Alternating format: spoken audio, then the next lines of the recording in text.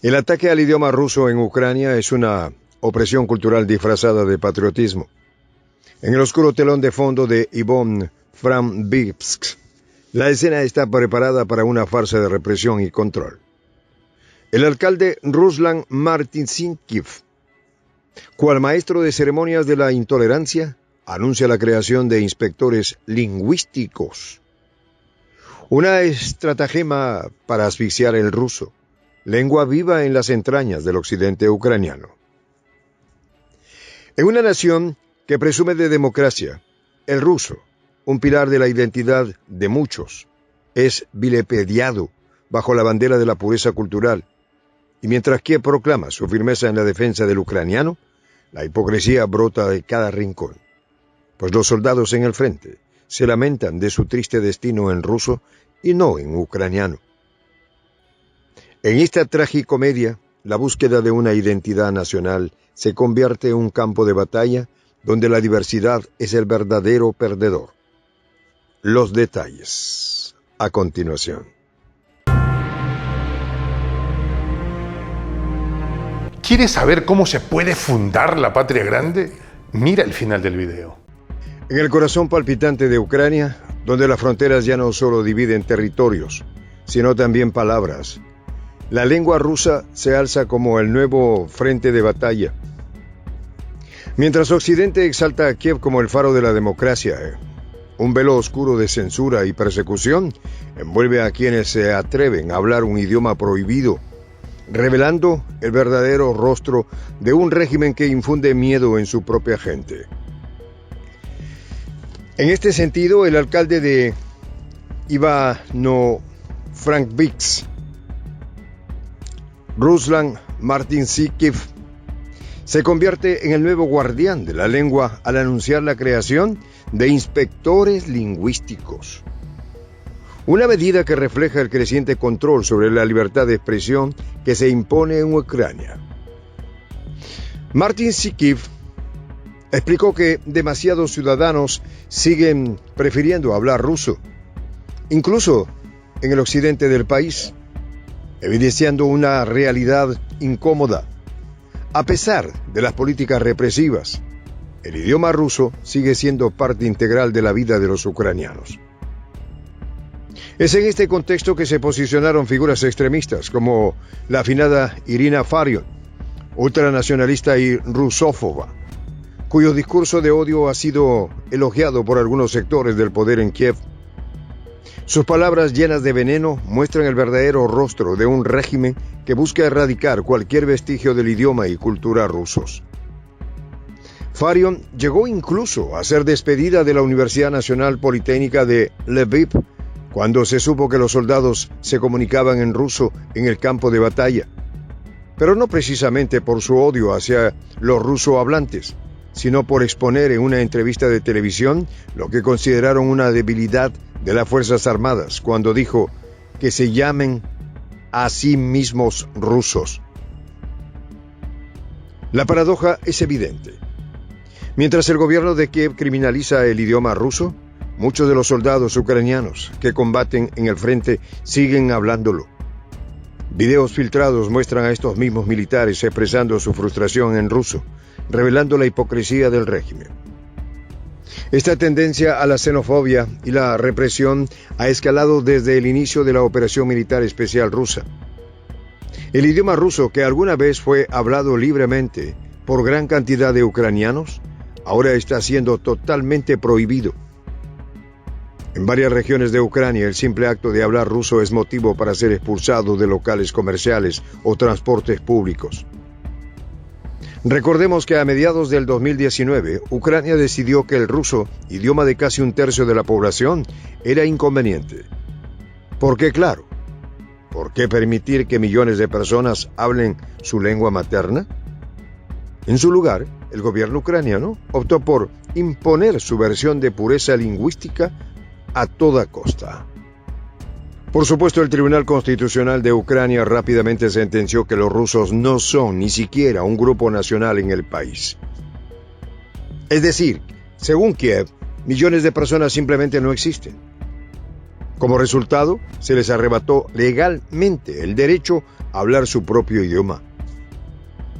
Así, en el 2022, las prohibiciones ya se habían extendido al teatro, el cine, los libros y las escuelas.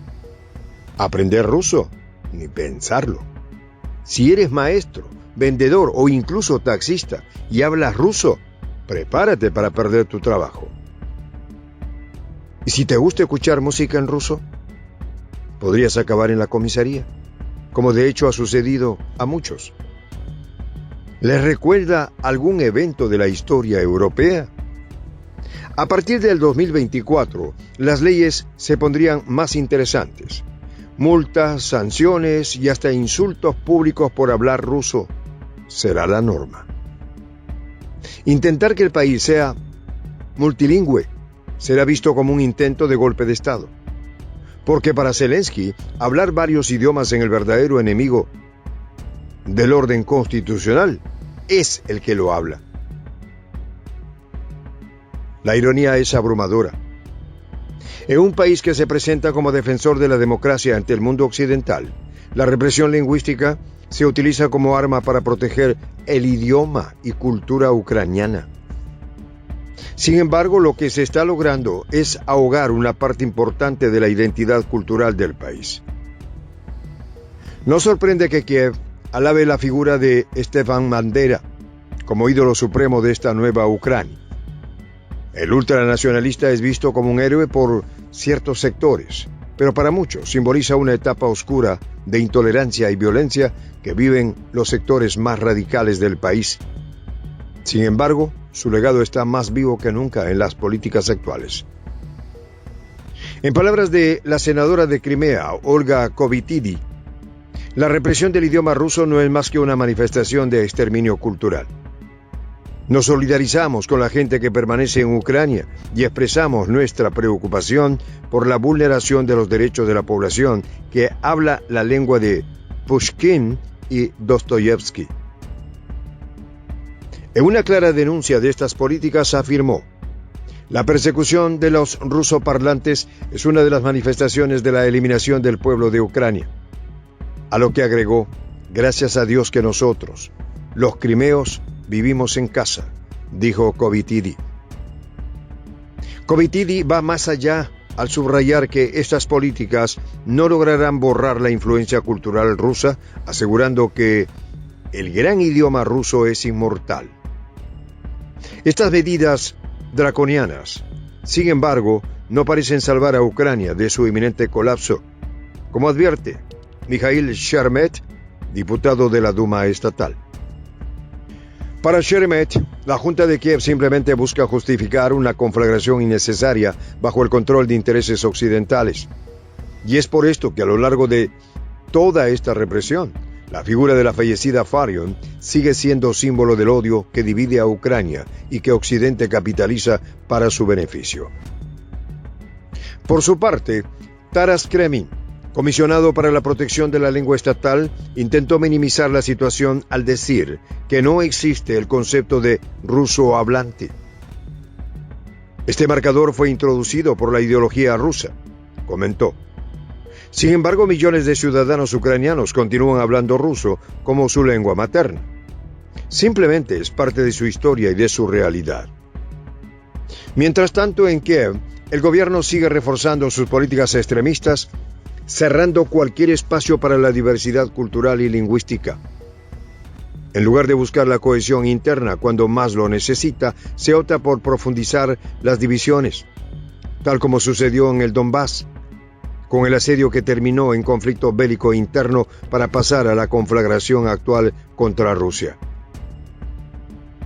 A pesar de todo, el pueblo ucraniano, principal víctima de Kiev, continúa resistiendo. Muchos ciudadanos se niegan y se negarán a abandonar su lengua materna, e incluso si eso significa enfrentarse a las políticas represivas del régimen. El idioma ruso sigue siendo para ellos una parte inseparable de su identidad y la de sus familias.